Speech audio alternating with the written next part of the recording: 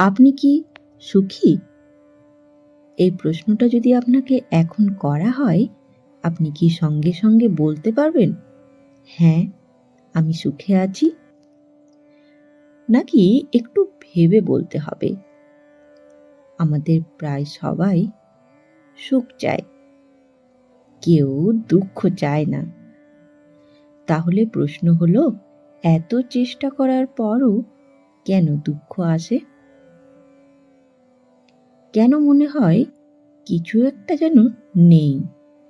কেন মনে হয় সব আছে, তবুও শান্তি নেই? আজ আমরা জানব জীবনে সত্যিকারের সুখে থাকতে হলে কি করতে হবে। টাকা কি সুখ দেয়? সম্পর্ক কি সুখ দেয়, নাকি অন্য কিছু?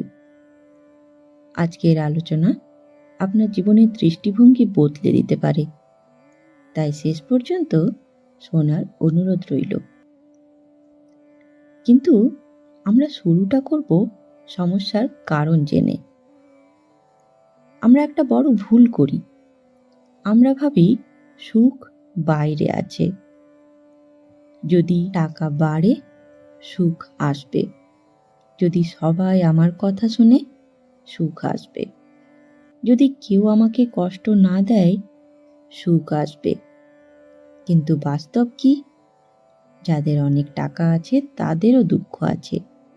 যাদের বড় বাড়ি আছে তাদেরও অশান্তি আছে। কারণ সুখ বাইরের জিনিস না, সুখ হলো মনের অবস্থা। একই পরিস্থিতিতে একজন সুখী আরেকজন দুঃখী। পার্থক্য কোথায় জানেন? পার্থক্য হলো মনের ভেতরে। একটা প্রশ্ন নিজেকে করুন, আমি কি আছে সেটা ভাবি, নাকি কি নেই সেটা ভাবি? এই উত্তরই বলে দেবে আপনি কতটা সুখী। চলুন এবার আমরা একটি পুরাণের গল্প শুনি, তাতে বিষয়টা আরো একটু পরিষ্কার হবে। রামায়ণে একটি খুব গভীর শিক্ষা আছে। একবার ভাবুন, অযোধ্যার রাজপুত্র শ্রী রামচন্দ্র, রাজ্যের সকল মানুষের প্রিয়, ধর্ম, সত্য আর আদর্শের প্রতীক। রাজ্যাভিষেকের সব প্রস্তুতি হয়ে গেছে। সারা অযোধ্যা আনন্দে ভাসছে। সবাই অপেক্ষা করছে কবে রামচন্দ্র রাজা হবেন। কিন্তু হঠাৎ সব বদলে গেল। একটি প্রতিশ্রুতির কারণে রাজা দশরথ বাধ্য হলেন রামকে বনবাস পাঠাতে। 14 বছরের বনবাস। এক মুহূর্তে রাজসিংহাসন থেকে বনবাস। এটা শুনে কি রামচন্দ্র রাগ করেছিলেন? তিনি কি বলেছিলেন, এটা অন্যায়? না। তিনি কি বলেছিলেন, আমি যাব না? সেটাও না। বরং শান্ত মুখে বলেছিলেন, পিতার আদেশই আমার ধর্ম। তিনি হাসি মুখে রাজপ্রাসাদ ছেড়ে বনবাসে চলে গেলেন। না কোনো অভিযোগ, না কোনো অভিমান, না কোনো রাগ। মা কৌশল্যা কাঁদছেন, লক্ষণ রাগে কাঁপছেন, সীতা সব ছেড়ে স্বামীর সঙ্গে যাচ্ছেন। তবুও রামচন্দ্র শান্ত, কারণ তিনি জানতেন জীবনে সব সময় নিজের ইচ্ছা পূরণ হয় না, কিন্তু নিজের কর্তব্য পালন সব সময় করা যায়। 14 বছরের বনবাস থেকেও তিনি ভেঙে পড়েননি, কারণ তিনি পরিস্থিতির সঙ্গে যুদ্ধ করেননি। তিনি পরিস্থিতিকে গ্রহণ করেছিলেন। এই জন্যই শুধু তিনি রাজা নন, তিনি মহাপুরুষ। তাহলে এই ঘটনার শিক্ষা কি? সুখ পরিস্থিতির উপর নির্ভর করে না। সুখ নির্ভর করে আপনি কিভাবে পরিস্থিতিকে গ্রহণ করছেন তার উপর। যে মেনে নিতে পারে সে শান্ত থাকে। যে সব কিছু নিয়ে অভিযোগ করে সে কখনো সুখী হতে পারে না।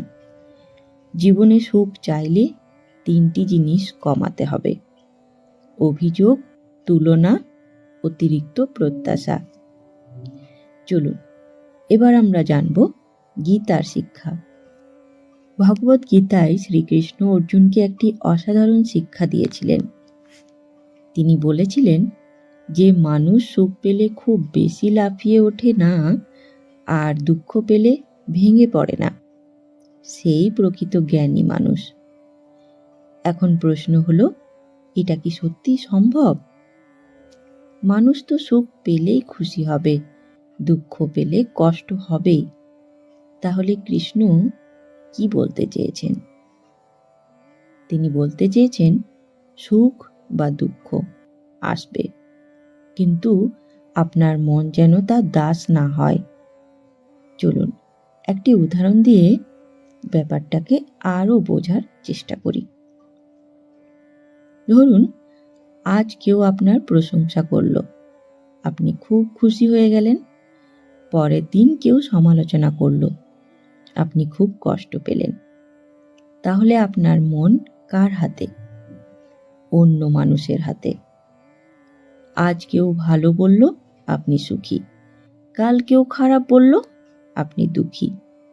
এটা কি স্বাধীনতা? একদমই না। এই জন্যই গীতায় বলা হয়েছে নিজের মনকে শক্ত করুন। আরেকটি উদাহরণ আসুন জানি। একই বাড়িতে 2 জন মানুষ থাকে। একজন সব সময় বলে আমার এটা নেই, ওটা নেই, আমার জীবন খারাপ।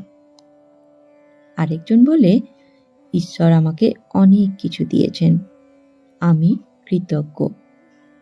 একই পরিস্থিতি, কিন্তু একজন অশান্ত, আরেকজন শান্ত। পার্থক্যটা কোথায়? পার্থক্যটা হলো চিন্তায়। এই জন্যই শ্রীকৃষ্ণদেব বলেছেন সন্তোষই সবচেয়ে বড় সম্পদ।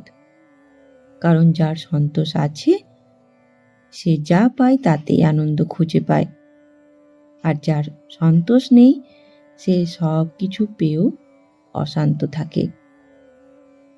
আপনি কি দেখেননি অনেক ধনী মানুষ ঘুমের ওষুধ খায়, আবার অনেক সাধারণ মানুষ হাসি মুখে জীবন কাটায়? কারণ সুখ টাকায় না, সুখ সন্তোষে। এখন একটা গুরুত্বপূর্ণ প্রশ্ন, সন্তোষ তাহলে কিভাবে আসবে? 3টি জিনিস করলে ধীরে ধীরে সন্তোষ আসবে। প্রথম, তুলনা বন্ধ করুন। যখন আপনি সবসময় ভাববেন ওর বেশি আছে, আমার কম আছে, তখন সুখ আসবে না। দ্বিতীয়, কৃতজ্ঞতা শিখুন। প্রতিদিন ভাবুন আমি সুস্থ আছি, আমি বেঁচে আছি, আমার খাবার আছে। এটাই অনেক বড় আশীর্বাদ। তৃতীয়, ঈশ্বরের ওপর ভরসা রাখুন। ভাবুন তিনি যা দিচ্ছেন সেটাই আমার জন্য ভালো। এই বিশ্বাস থাকলে মন শান্ত হয়। শেষে একটি প্রশ্ন রেখে যাচ্ছি, আপনি কি সবসময় কি নেই সেটা ভাবেন, নাকি কি আছে সেটা ভাবেন? এই একটা অভ্যেস বদলালে জীবনের সুখ অনেকটাই বদলে যাবে। কারণ গীতার সবচেয়ে বড় শিক্ষা হলো মনকে জয় করতে পারলে জীবনকে জয় করা যায়। আসুন এবার আমরা জানব ঠাকুর শ্রী রামকৃষ্ণদেবের শিক্ষা। ঠাকুর শ্রী রামকৃষ্ণদেব একটি খুব সহজ কিন্তু গভীর কথা বলতেন। তিনি বলতেন যা আছে তাতেই সন্তুষ্ট থাকো। শুনতে সহজ, কিন্তু পালন করা কঠিন। কারণ মানুষের মন সবসময় কি পেয়েছে সেটা ভাবে না, কি পায়নি সেটা নিয়েই বেশি ভাবে। এই জন্যই কষ্ট বাড়ে। একটি প্রশ্ন নিজেকে করুন, আপনি কি ঈশ্বরকে ধন্যবাদ দেন যা পেয়েছেন তার জন্য, নাকি শুধু অভিযোগ করেন যা পাননি তার জন্য? ঠাকুর বলতেন ঈশ্বর যা করেন মঙ্গলের জন্যই করেন। আমরা যখন ভালো কিছু পাই তখন বলি ঈশ্বরের কৃপা, কিন্তু যখন সমস্যা আসে তখন বলি, কেন আমার সঙ্গে এমন হলো? এই দ্বন্দ্ব, অশান্তি শুরু। ঠাকুর বলতেন, বিশ্বাস থাকলে মন শান্ত থাকে। তিনি একটি সুন্দর উদাহরণ দিয়েছিলেন। ছোট্ট বাচ্চা যখন ডাক্তারের কাছে যায় তখন কাঁদে।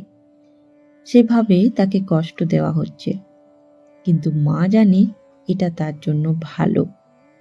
ঠিক তেমনি আমরা সব বুঝতে পারি না, কিন্তু ঈশ্বর জানেন। ঠাকুর আরেকটি বড় কথা বলতেন, সরল মনই ঈশ্বর থাকেন।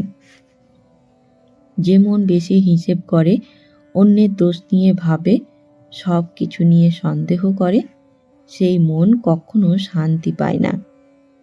একটি ছোট্ট শিশুকে দেখুন, তার কাছে বড় কিছু নেই, তবুও সে হাসে, কারণ তার মন সরল। এই জন্যই ঠাকুর বলতেন, শিশুর মতো মন হলে ঈশ্বরকে পাওয়া যায়। শেষে ঠাকুরের শিক্ষার সার কথা, জীবনকে সহজ করুন, যা আছে তাতেই খুশি থাকতে শিখুন, কারণ যার মন সরল তার জীবনেই শান্তি আসে। শেষে একটি প্রশ্ন, আপনার মন কি হালকা নাকি সবসময় চিন্তায় ভরা? যদি চিন্তায় ভরা হয়, আজ থেকে একটু সরলভাবে বাঁচার চেষ্টা করুন, দেখবেন মন নিজেই শান্ত হয়ে যাবে। চলুন এবার জানা যাক শ্রী শ্রী মা সারদা দেবীর শিক্ষা। শ্রী শ্রী মা সারদা দেবী একটি গভীর কথা বলেছিলেন। তিনি বলতেন, যদি সুখ চাও, অন্যকে সুখী করো। একবার ভাবুন, আমরা সবাই সুখ চাই, কিন্তু আমরা কি করি? আমরা ভাবি, কে আমাকে সম্মান দিল, কে আমাকে ভালোবাসা দিল। কিন্তু মা বলতেন, তুমি কি দিলে? কারণ যে শুধু পেতে চায়, সে কখনো সম্পূর্ণ সুখী হতে পারে না।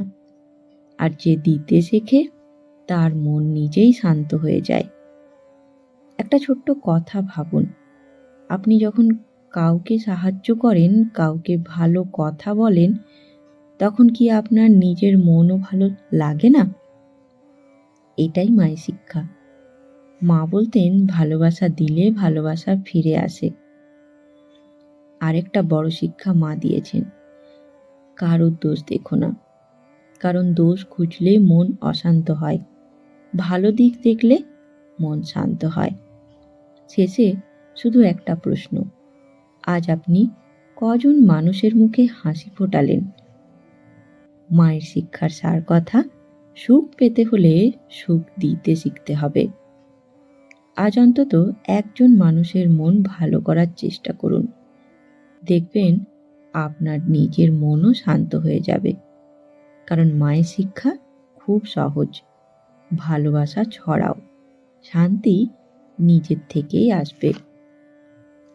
আসুন এবারে আমরা জানব স্বামী বিবেকানন্দের শিক্ষা। স্বামীজি বলতেন, ওঠো, জাগো, নিজেকে বদলাও। তিনি বলতেন, সুখ পেতে হলে শক্ত মন দরকার, ছোটখাটো কথায় কষ্ট পেলে চলবে না। তিনি বলতেন, নিজেকে উন্নত করো, যে নিজেকে উন্নতি করে সে নিজের মধ্যেই আনন্দ খুঁজে পায়। চলুন এবারে জানবো জীবনের সুখের 3টি সত্য। জীবনে সুখে থাকতে গেলে অনেক বড় বড় জ্ঞান লাগে না, শুধু 3টি সত্য বুঝলেই মানুষের মন অনেক শান্ত হয়ে যায়। কিন্তু সমস্যা হলো, আমরা এই সত্যগুলো জানি, তবুও মেনে নিতে চায় না। এই জন্যই কষ্ট বাড়ে। প্রথম সত্য, সব কিছু আপনার ইচ্ছে মতো হবে না। একবার ভাবুন, আপনি কি চান আপনার জীবনে কখনো সমস্যা আসুক?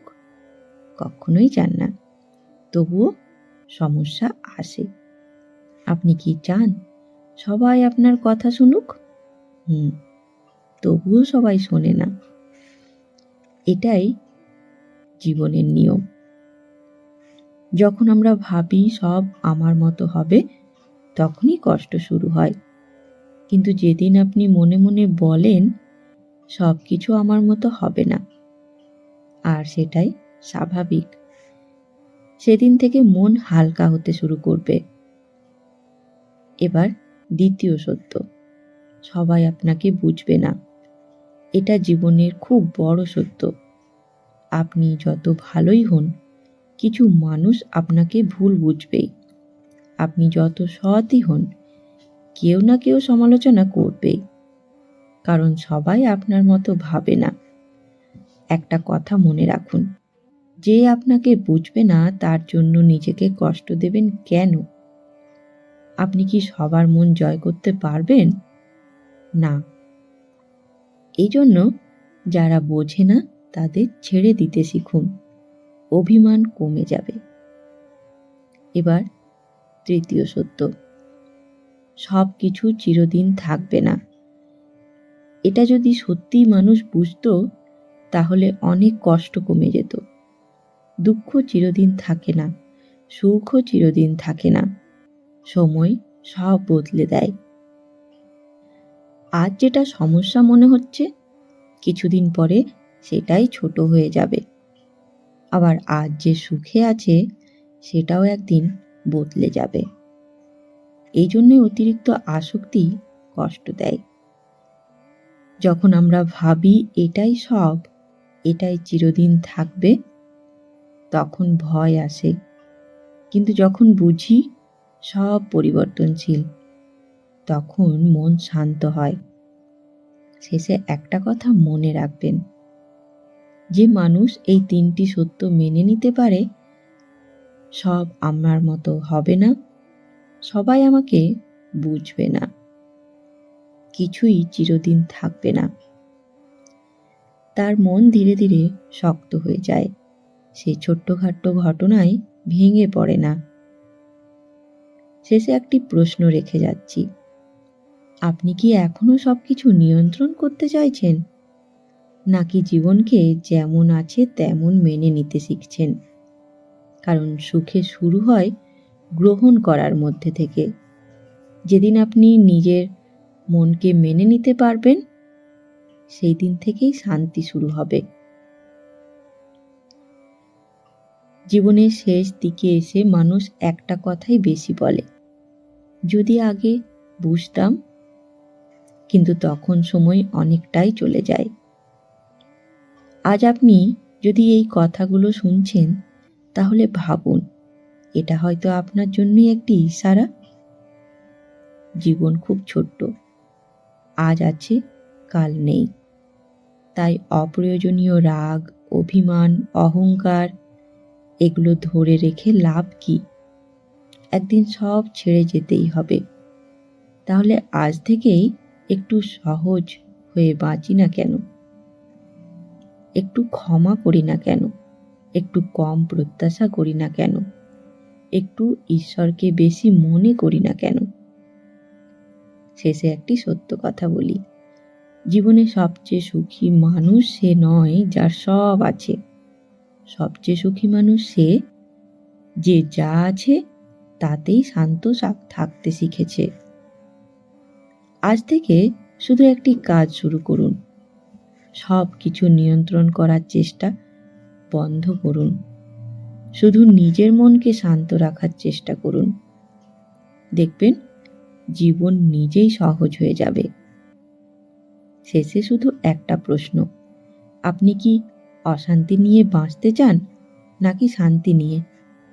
সিদ্ধান্ত আপনার।